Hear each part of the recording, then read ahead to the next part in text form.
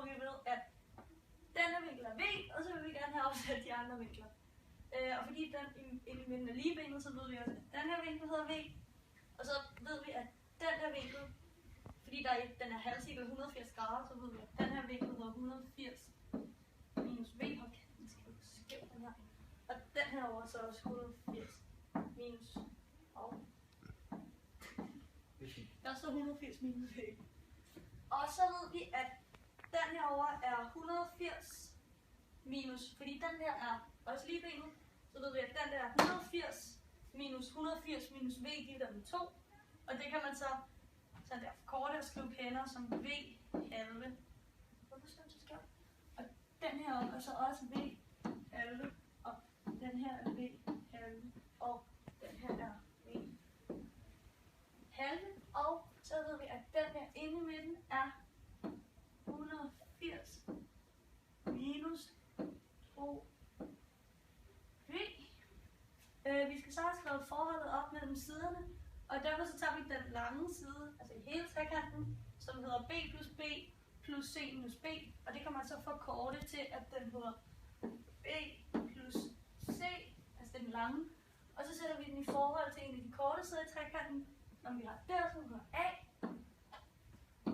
og så laver vi et forhold til siden i den her lille trekant, hvor vi så tager A, som er den lange side, og så sætter vi det i forhold til den korte side, som hedder C minus B. Og så kan man så lave en andengradsligning af det her. Den ser sådan her ud.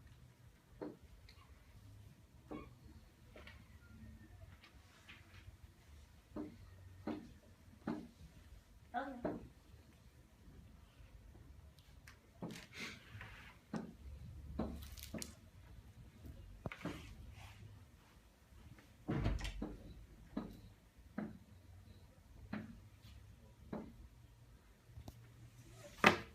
Og nu udregner vi så ligningen. Så vi starter med at sige B gange C. Det bliver BC, Pelle. BC. BC. Og så B. Minus B i anden. Og så B.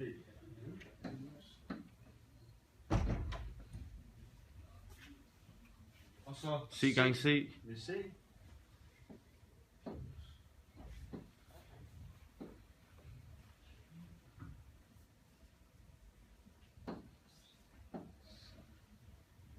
Forklar, Pelle. Du kan ikke være stille. Nu kan I se, at vi har stillet den op, så vi har ganget B med C og B med B, og C med C og C med B. Og på den anden side af lighedstegnet, der skal vi gange med A gange A, så det vil sige A i anden. Nu har vi så fået den ligning her, og BC og CB går ud med hinanden. Så hvis vi fjerner dem, så kommer der til at stå minus B i anden, plus C i anden, lige med A i anden, som stadig står alene. Der står minus B i anden her, og for at få det til plus, så siger jeg, at plus er på, eller jeg skal have B over på den anden side, så der kommer til at stå A i anden plus B i anden, lige med C i anden. Så jeg plus med B i anden på begge sider, så der kommer til at stå, så kommer den endelige ligning til at hedde A i anden, plus B i anden, lige med C i anden, som så er Pythagoras.